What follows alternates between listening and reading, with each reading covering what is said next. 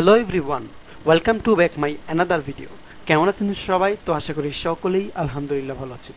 তো পূর্বের মতো আবারও লোগো ডিজাইন টিউটোরিয়াল নিয়ে হাজির হলাম আপনাদের মাঝে। তো এতক্ষণে নিশ্চয়ই আপনারা স্ক্রিনে একটি লোগো দেখতে পেয়েছেন। এটি হচ্ছে একটি মডার্ন লোগো ডিজাইন, অর্থাৎ মনে করুন একটি কোম্পানি আমাকে এই সিম্বলিস্টিক নামটি প্রোভাইড করেছে, আর কোম্পানি আমাকে বলেছে যে এই নামটির এস অক্ষর, প্রথম অক্ষর এস দিয়ে আমাকে একটি মডার্ন লোগো ডিজাইন করে দিতে হবে। ওকে, তো আমি এই এস অক্ষর দিয়ে এই লোগোটি ডিজাইন করেছি। তো আমি আজকে আপনাদেরকে দেখাবো যে আমরা এই লোগোটি কীভাবে ডিজাইন করতে পারি। তো আসুন আর দেরি না করে আমরা চলে যাই আমাদের ডিজাইনে। লোগোটিকে আমি আর্টবোর্ডের সাইটে রেখে দিলাম। এটা ডিজাইন করা একদমই ইজি। লোগোটি ডিজাইন করার জন্য প্রথমে আমাদেরকে লাইন টুলটি সিলেক্ট করে স্ট্রোক অপশনটি সিলেক্ট করে দেন শিফট চেপে একটি লম্বা করে লাইন নিয়ে নিতে হবে। দেন এটাকে আমরা অল্টার ধরে শিফট চেপে ড্র্যাগ করে একটি কপি করে নিলাম। ওকে, দেন আমি চাচ্ছি এখানে 12টি লাইন নেব। তো আমি কন্ট্রোল ডি দিয়ে রিপিট কপি করে 12টি লাইন নিয়ে নিচ্ছি। Control D 3, 4, 5, 6, 7, 8, 9, 10, 11, 12। ওকে, তো আমি এখানে 12টি লাইন নিয়ে নিলাম। টোটাল লাইনগুলোকে আমি কন্ট্রোল জি দিয়ে একটি গ্রুপ করে নিলাম। দেন স্পেসটাকে একটু বাড়িয়ে নিলাম। ওকে, দিস ইজ গুড। টোটালটাকে সিলেক্ট করে আমি কন্ট্রোল সি দিয়ে একটি কপি, দেন কন্ট্রোল এফ দিয়ে একটি পেস্ট করে এটাকে আমি ট্রান্সফর্ম থেকে 300 ডিগ্রিতে ট্রান্সফর্ম করে দিলাম।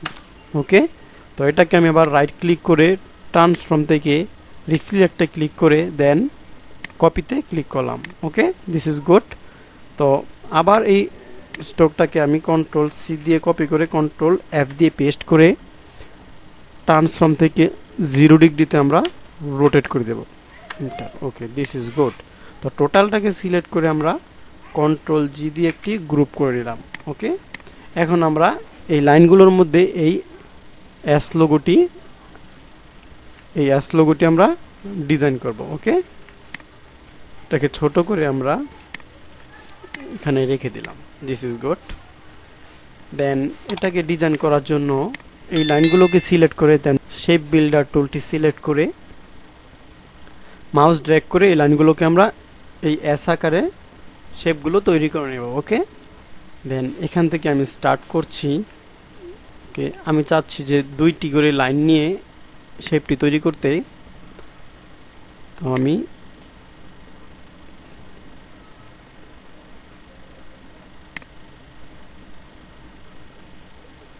দুইটি করে লাইন অ্যাটাচ করে দিচ্ছি। This is good. Okay, then এদিক থেকে আবার 2টি লাইন,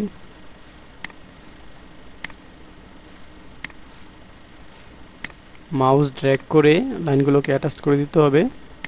এক্ষেত্রে আমাদের শেপ বিল্ডার টুলটি সিলেক্ট থাকতে হবে।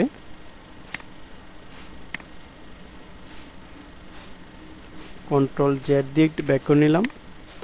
বাহিরের শেপ যাতে আমাদের এই শেপের সাথে অ্যাটাচড না হয়ে যায় সেদিকে লক্ষ্য রাখতে হবে। ওকে, এদিক থেকে আমি আরেকটি লাইন বাড়িয়ে নিচ্ছি।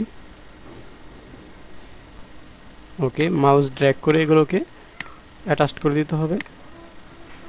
This is good. দেন এখান থেকে আবার ড্র্যাগ করে আলাদা করে আরেকটি শেপ তৈরি করতে হবে। মাউস ড্র্যাগ করে খুব কেয়ারফুলি এগুলোকে অ্যাটাচ করে দিতে হবে। ওকে,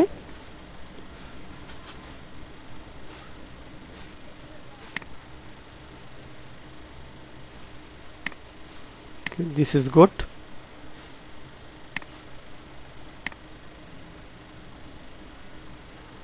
কন্ট্রোল জেড দিয়ে একটু ব্যাক করে নিচ্ছি।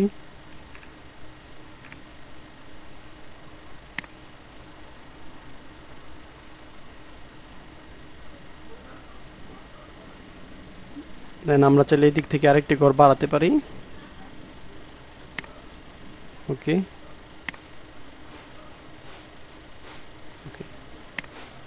এখন আমাদের এই শেপটির ভিতরে কিছু ছোট ছোট শেপ বাকি রয়েছে যেগুলোকে আমরা অ্যাটাচ করে দিতে হবে। এই যে যদি জুম করি তাহলে দেখতে পাবো। এগুলোকে খুব ভালোভাবে অ্যাটাচ করে দিতে হবে। আমি খুব ভালোভাবে দেখে দেখে এগুলোকে কন্ট্রোল জেড অ্যাটাচ করে দিচ্ছি। ওকে, দিস ইজ গুড।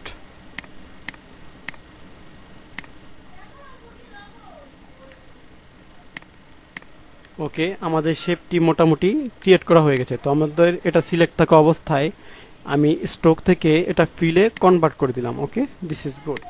তো এখন আমি পূর্বে যে গ্রুপগুলো করেছিলাম সেগুলোকে রাইট ক্লিক করে আনগ্রুপ করে নিচ্ছি। রাইট ক্লিক করে আনগ্রুপ, রাইট ক্লিক করে আনগ্রুপ করে নিলাম। দেন শেপ দুটি আমাদের আলাদা হয়ে গেছে। তো এটাকে সিলেক্ট করে শিফট চেপে শেপ দুটোকে সিলেক্ট করে দেন মাউস ড্র্যাগ করে আমি বাহিরে নিয়ে আসলাম। এইগুলো আমাদের কোনো দরকার নেই স্ট্রোক অপশনগুলো, তো এটাকে আমরা ব্যাক স্পেস দিয়ে ডিলিট করে দিলাম। ওকে, দিস ইজ গুড।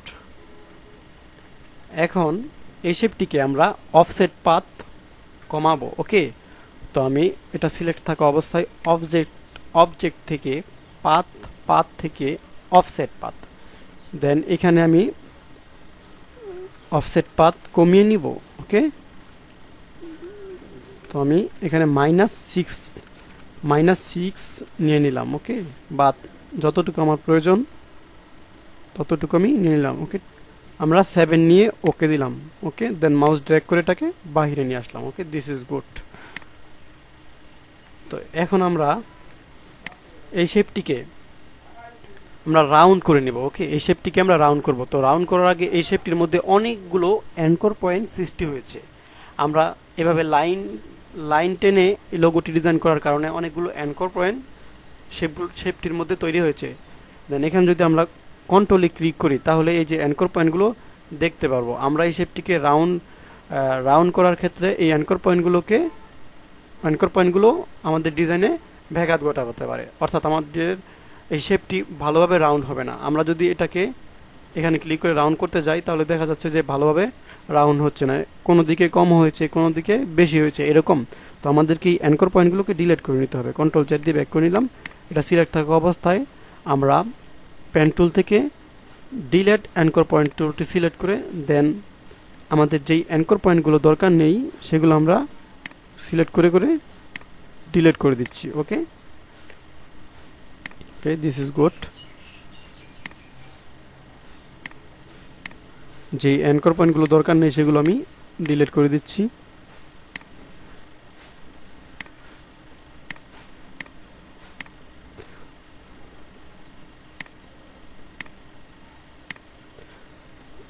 যারা নতুন আছেন তারা খুব ভালোভাবে এগুলো খেয়াল করে ডিজাইনটি করবেন, তা না হয় ভালোভাবে ডিজাইন করতে পারবেন না। ওকে, কন্ট্রোল জেড।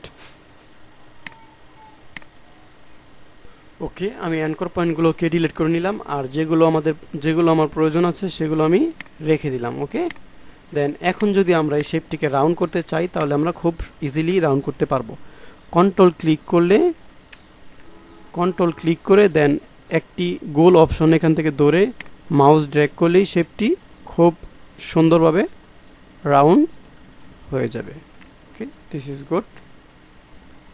এখন আমরা এটিকে কালার দিতে পারবো। ওকে, তো আমরা পূর্বের কালারটি দিয়ে দিচ্ছি।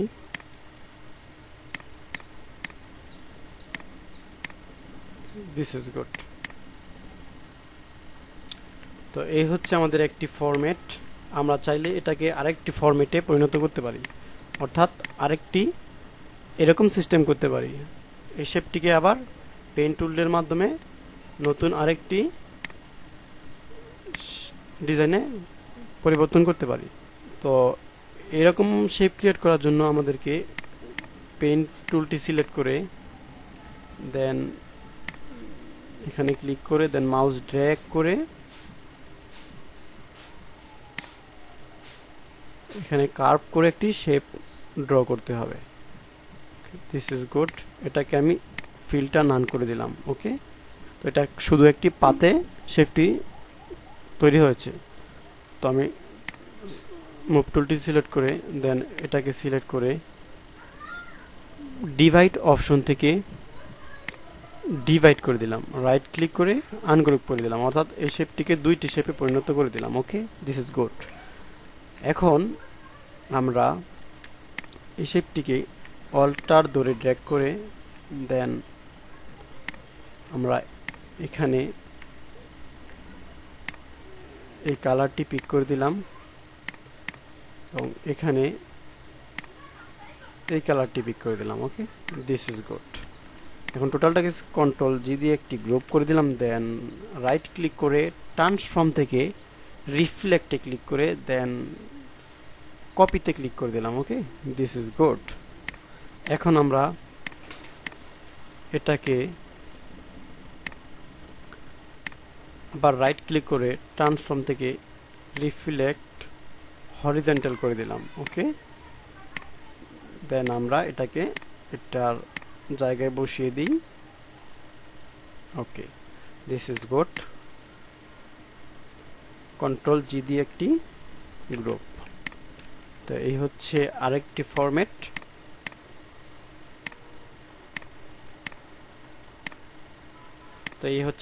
ফরম্যাট। আমাদের লোগো ডিজাইন।